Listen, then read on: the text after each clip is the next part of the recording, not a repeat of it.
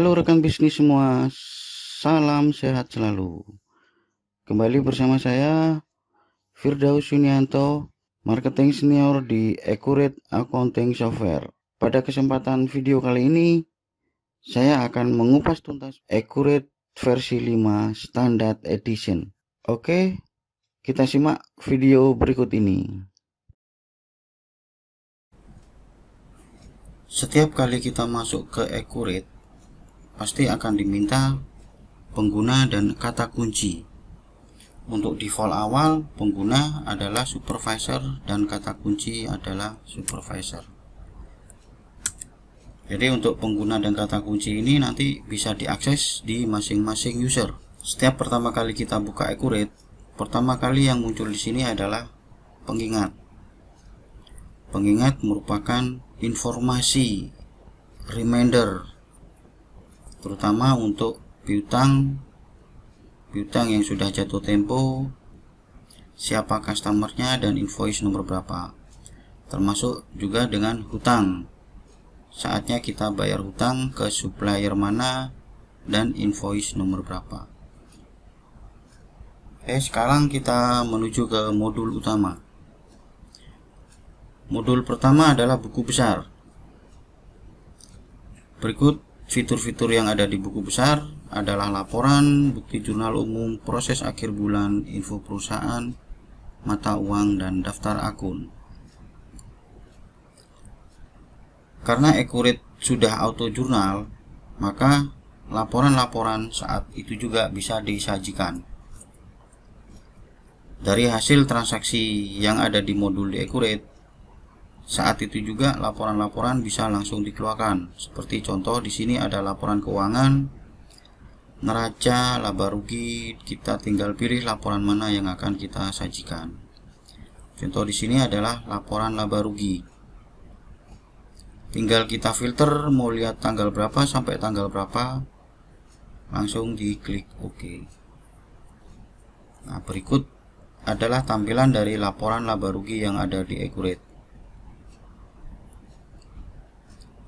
Salah satu keunggulan di Accurate adalah drill down, di mana drill down ini kita bisa melihat history. Satu contoh di sini ada angka-angka yang tidak masuk akal, kita tinggal klik, maka dia akan melihat history transaksi itu dari transaksi apa.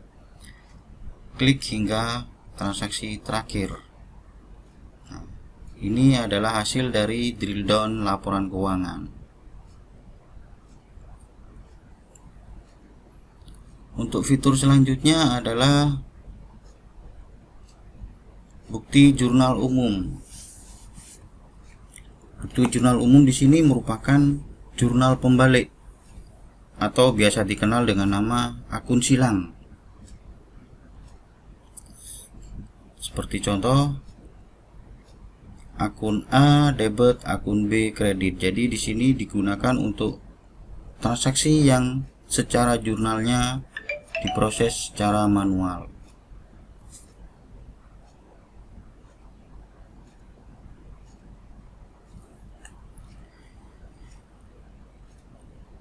Berikutnya adalah proses akhir bulan. Proses akhir bulan di sini dilakukan setiap akhir bulan. Tujuannya untuk menghitung penyusutan dari aktiva tetap atau menghitung selisih kurs jika dalam transaksinya memiliki multi mata uang.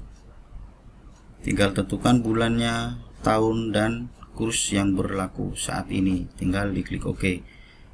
Jadi secara otomatis Accurate akan menghitung penyusutan dari aktiva dan menghitung selisih kurs sebagai pendapatan atau biaya selisih kurs. Berikutnya adalah info perusahaan.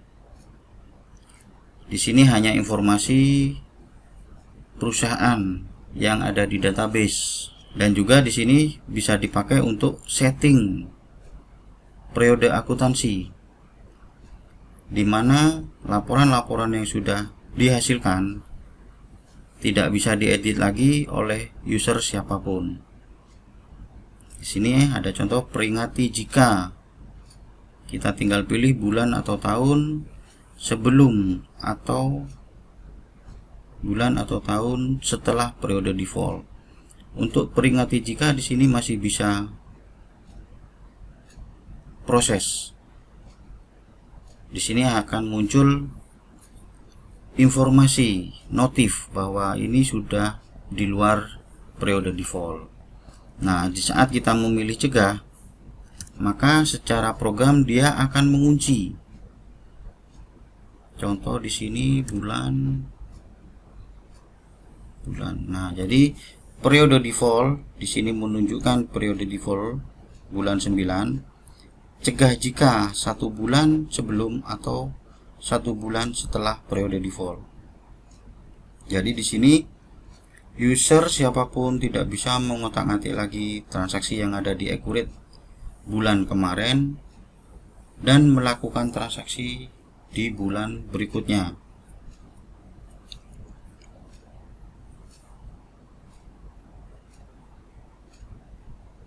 Selanjutnya adalah mata uang. Jika perusahaan pengguna Accurate memiliki multi mata uang, tinggal kita masukkan mata uangnya. Didaftarkan di sini mata uang SGD, rate-nya berapa, mata uang USD, rate-nya berapa.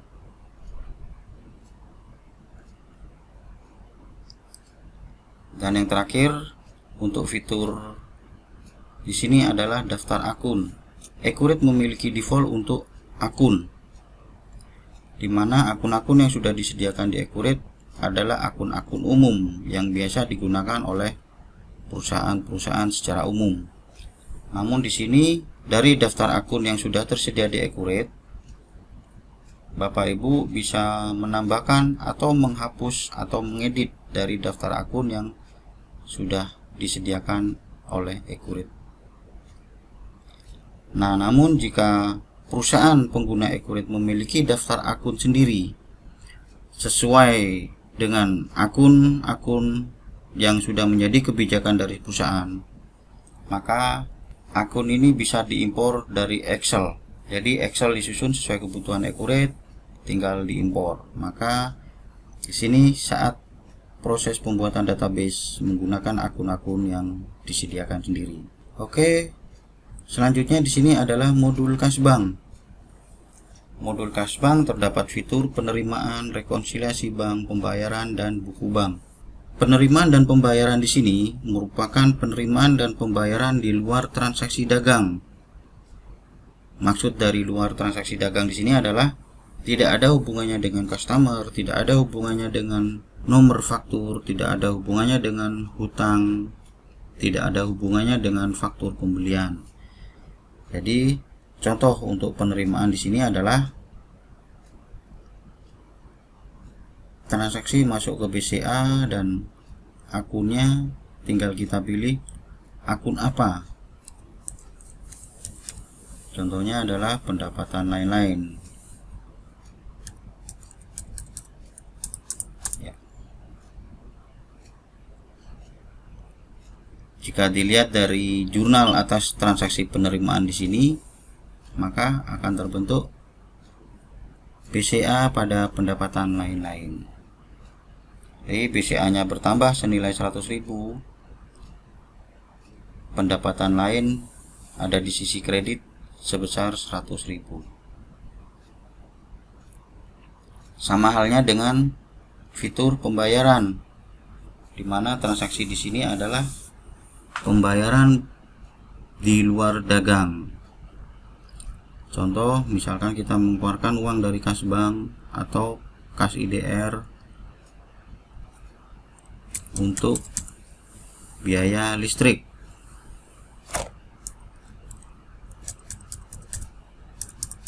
Ya. Jadi secara jurnal kas akan berkurang dan biaya listrik akan bertambah 200.000. Seperti berikut jurnalnya. Ya. Jadi secara jurnal semua transaksi yang ada di Accurate adalah otomatis. Fitur selanjutnya adalah fitur rekonsiliasi bank. Secara fitur, rekonsiliasi bank di sini tidak mempengaruhi laporan-laporan yang sudah ada di Accurate. Jadi tujuan dari rekonsiliasi bank di sini sama halnya seperti audit. Kita mengecek transaksi yang ada di program dan transaksi yang ada di rekening koran. Seperti contoh, di tanggal 9 Januari ada uang masuk 27 juta. Kita cocokkan di rekening koran apakah ada transaksi tersebut. Jika ada, tinggal klik beres. Jadi transaksi di Accurate dan transaksi rekening koran dicocokkan untuk penerimaannya dan pengeluarannya. Bisa jadi di rekening koran ada transaksi yang tidak ada di Accurate, seperti contohnya biaya administrasi bank, pendapatan bunga bank. Maka untuk transaksi tersebut kita proses jika ada biaya administrasi bank melalui pembayaran, jika ada pendapatan bunga bank melalui penerimaan. Fitur berikutnya adalah buku bank. Jadi buku bank di sini berfungsi untuk melihat histori keluar masuknya uang yang ada di banknya atau kasnya Accurate. Seperti contoh berikut, tanggal 7 ada uang keluar senilai sekian, tanggal 9 ada uang senilai 200 juta. Sama halnya dengan laporan-laporan, di sini bisa diklik 2 kali untuk melihat ini transaksi apa. Dia akan melihat secara histori uang tersebut berasal dari transaksi other deposit.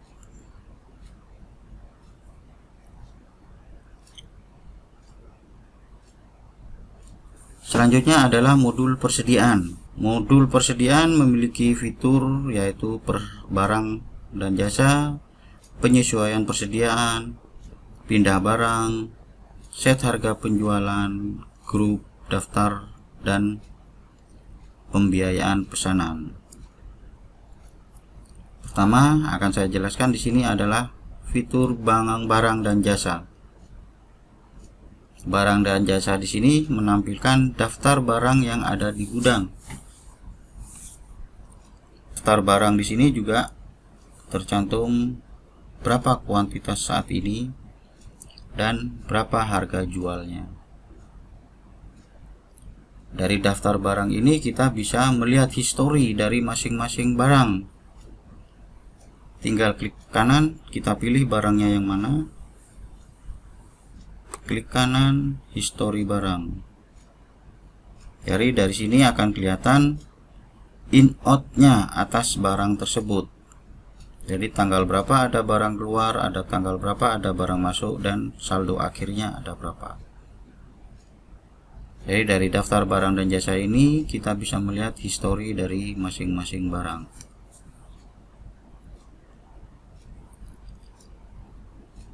Fitur berikutnya yang ada di persediaan di sini adalah penyesuaian persediaan. Tentunya Bapak Ibu sudah tahu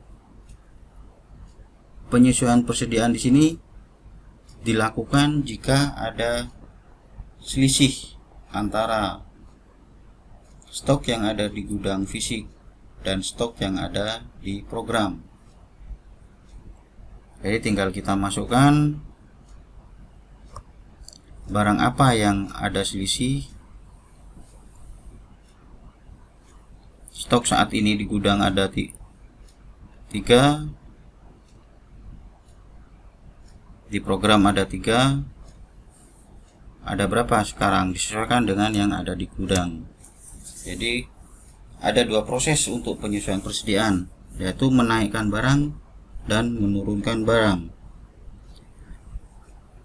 Untuk transaksi menurunkan barang, saat kita masuk ke inventory adjustment, tinggal klik pilih itemnya, stok saat ini ada berapa di program, dan sesuaikan dengan fisik yang ada di gudang. Proses selanjutnya adalah untuk menaikkan stok. Jadi tujuannya di sini adalah menyamakan posisi stok yang ada di gudang dan posisi stok yang ada di program Accurate. Jika untuk menaikkan barang, kita klik di sini Value Adjustment. Kita pilih barangnya apa yang akan kita naikkan stoknya. Di sini tercantum angka, di mana angka ini merupakan kuantitas yang ada di program saat ini. Karena di sini tujuannya untuk menaikkan, maka kita masukkan ada berapa barang harusnya sesuai dengan yang ada di gudang. Misalkan ada 100. Untuk 96, nilai dari 96 ini adalah senilai 19.200.000. Jika ada penambahan, maka kita harus menentukan dari nilai 100 ini berapa nilai sekarang. Jadi tinggal kita bagi dari 19.200.000 dibagi 96, hasilnya kita kalikan 100, maka di sini akan terbentuk nilai berikutnya. Jadi di sini tujuannya untuk inventory adjustment, menaikkan barang.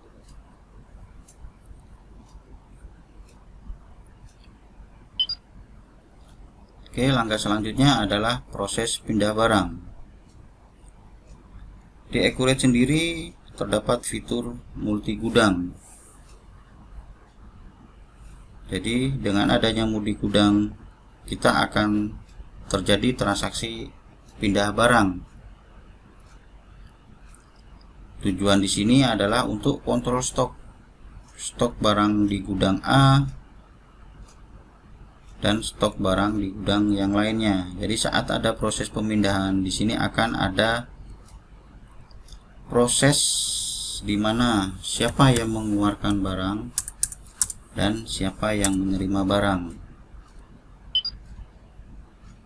Jadi tujuan di sini untuk kontrol stok, untuk menghasilkan laporan kuantiti per gudang.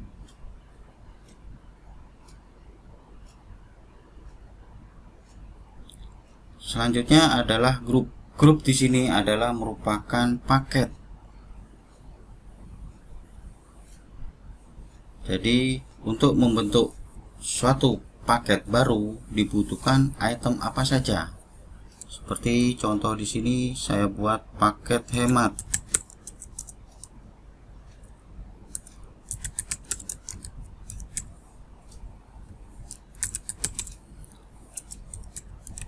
Paket hemat terdiri dari beberapa item. Item A sebanyak 2, contoh di sini saya isi 2.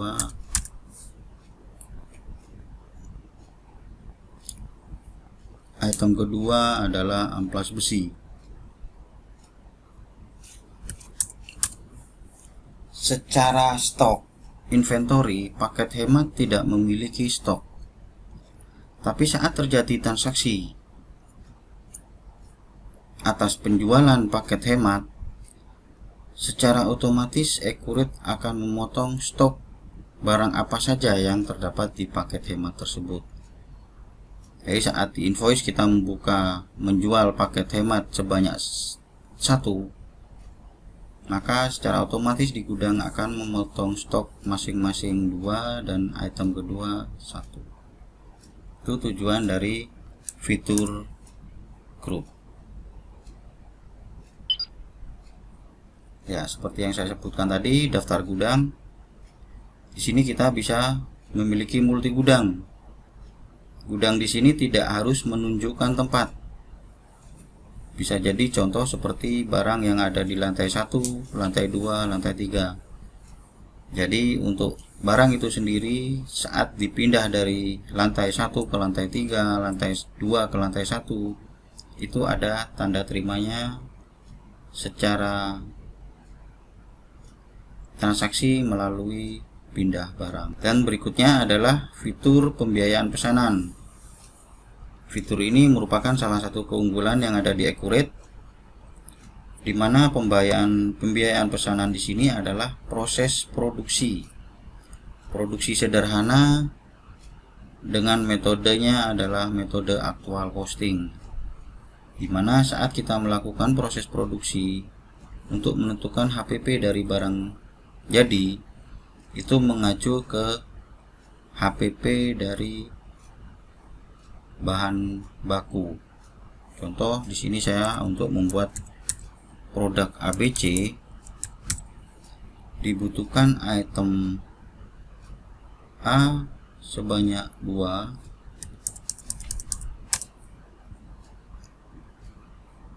item B sebanyak 3.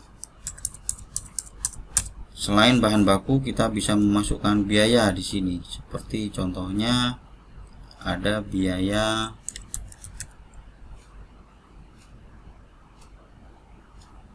angkut.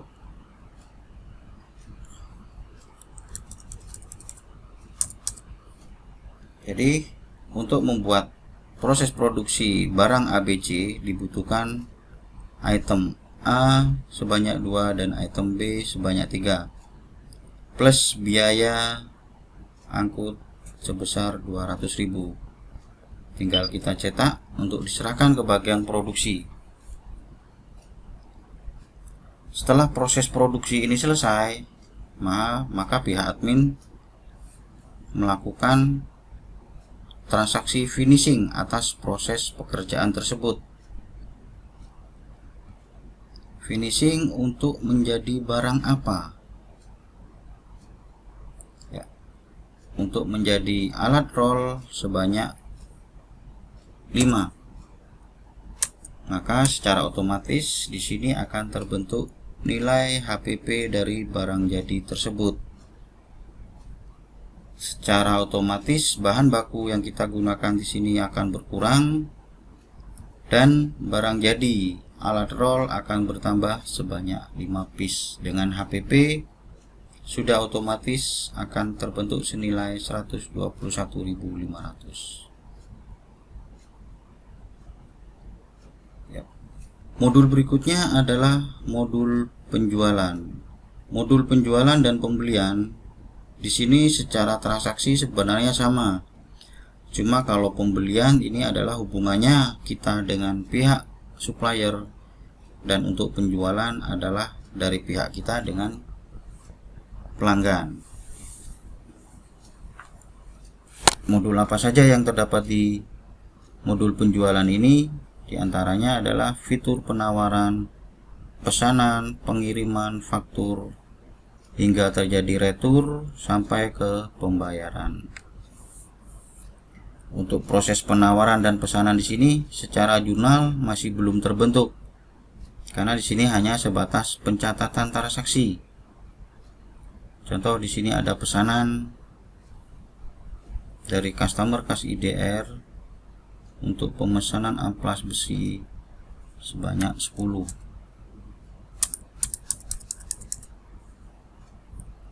Secara jurnal di sini belum terbentuk jurnal. Secara stok pun akan tetap karena tidak akan pengaruh secara stoknya. Nah, setelah selanjutnya adalah proses pengiriman barang, baru di sini akan terbentuk jurnal.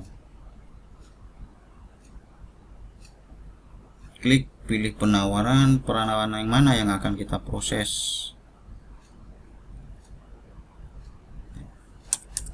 Maka otomatis secara stok untuk item amplas besi di sini akan berkurang sebanyak 10. Klik ke layar untuk mencetak surat jalan. Dengan demikian dari transaksi ini akan terjurnal sebagai berikut. Barang terkirim pada persediaan bahan bangunan.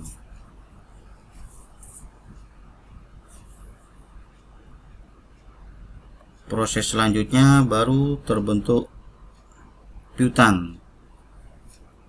Tinggal kita buat invoice-nya atas surat jalan tadi. Pilih pengiriman. Maka secara otomatis di sini akan terjurnal piutang. Tinggal kita cetak untuk diserahkan ke pihak pelanggan. Berikut jurnal yang terbentuk adalah piutang PPN karena transaksinya dikenakan PPN, penjualan bahan baku, HPP bahan baku, dan barang terkirim.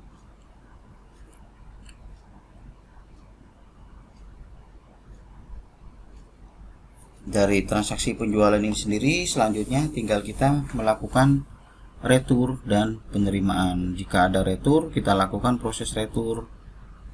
Jika tidak ada retur, maka kita langsung melakukan penerimaan penjualan.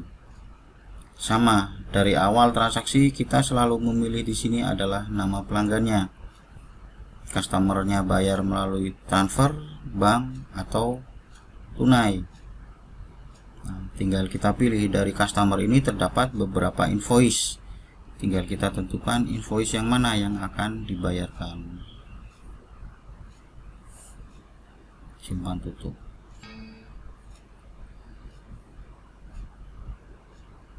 Ya.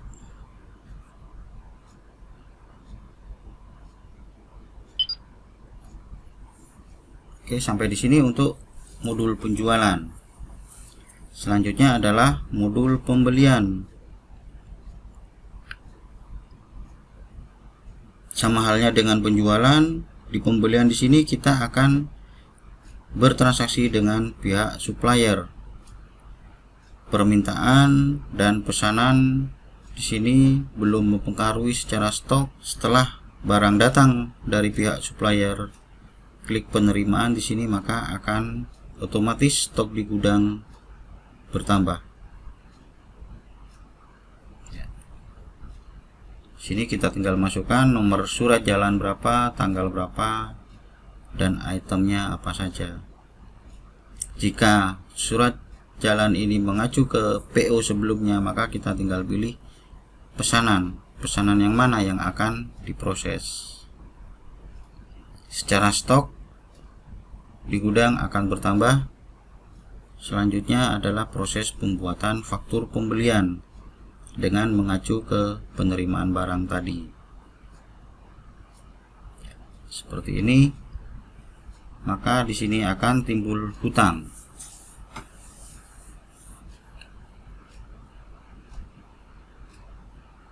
Dari faktur yang sudah terbit tinggal diproses retur. Jika ada retur pembelian, maka di sini otomatis jika ada retur, stok di gudang berkurang dan hutang perusahaan akan berkurang. Dan pembayaran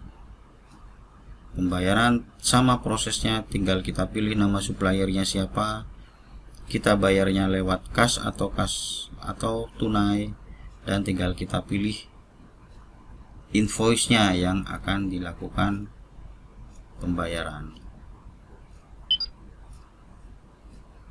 Ya. Modul berikutnya adalah aset tetap atau aktiva tetap. Di sini sebenarnya tinggal kita lakukan tipe asetnya, kita buat di sini berdasarkan metode garis lurus atau double declining sesuai dengan kebijakan perusahaan. Berikutnya adalah daftar aktiva tetap. Sini tinggal kita masukkan aset yang dimiliki oleh perusahaan. Tipenya disesuaikan dengan tipe aset, itu bangunan atau peralatan atau kendaraan, nama asetnya, kuantitasnya, dan di sini juga ada isian umur aktiva, metode yang digunakan, akun aktiva, akun penyusutan, dan beban penyusutan. Berikutnya diklik pengeluaran untuk menentukan berapa nilai dari aset tersebut.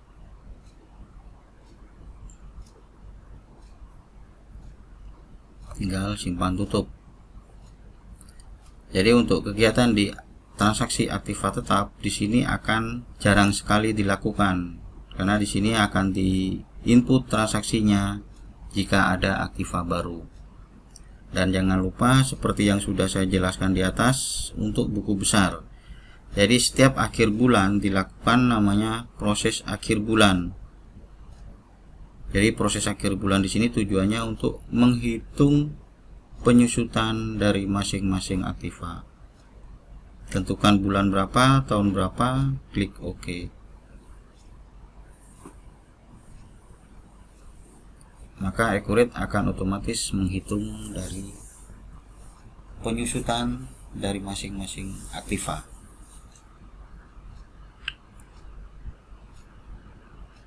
Untuk modul daftar di sini adalah daftar pemasok dan daftar pelanggan.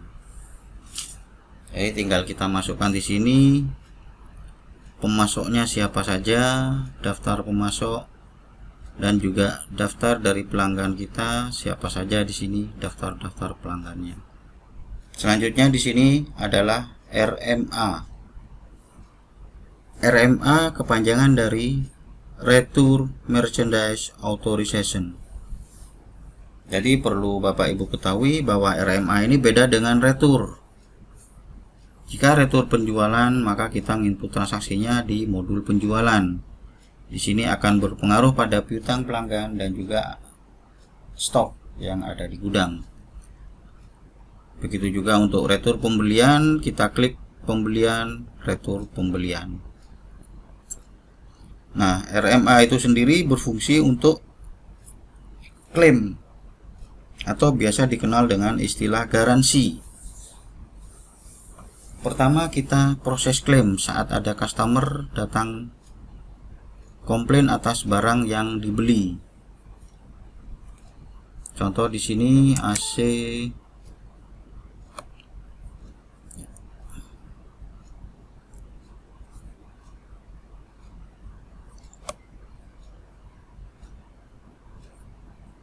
Nah, di sini AC General penambahan freon.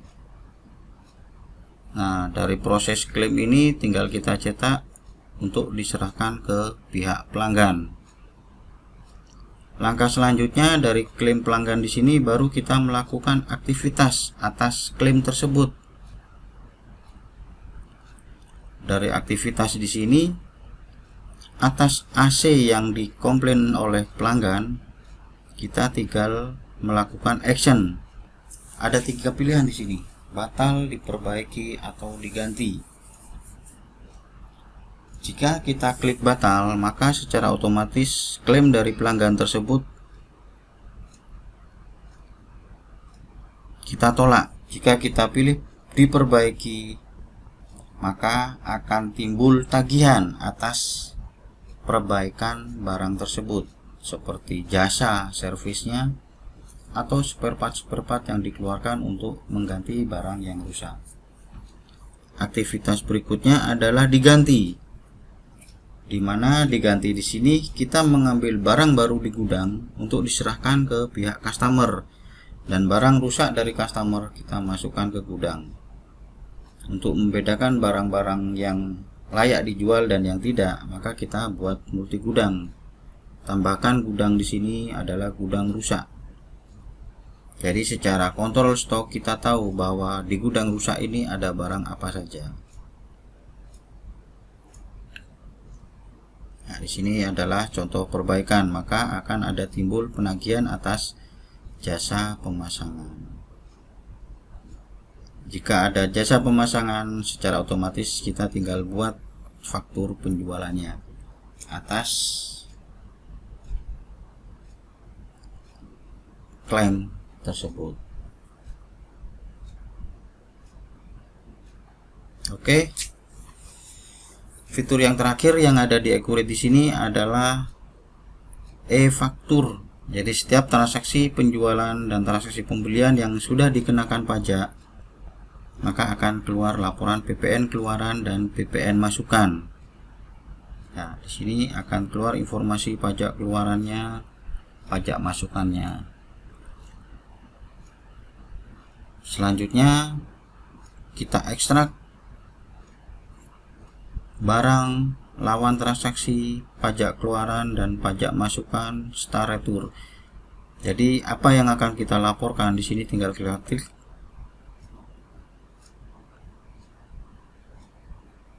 Maka setelah diklik akan menyimpan file CSV. File CSV inilah yang akan diupload di software pajak.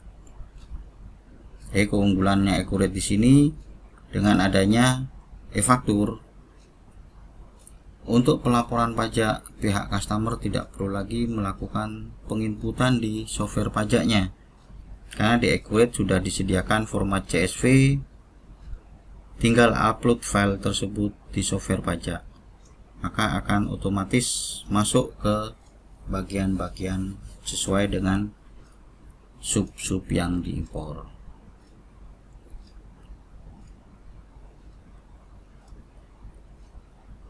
Baik, itulah yang dapat saya sampaikan untuk video kali ini. Terima kasih. Oke rekan bisnis semua, itulah video penjelasan saya tentang Accurate versi 5 Standard Edition. Jangan lupa untuk permintaan presentasi pembelian software, langsung saja hubungi Firdaus di 081 70 33 54372. Oke, terima kasih. Sampai jumpa pada video-video berikutnya.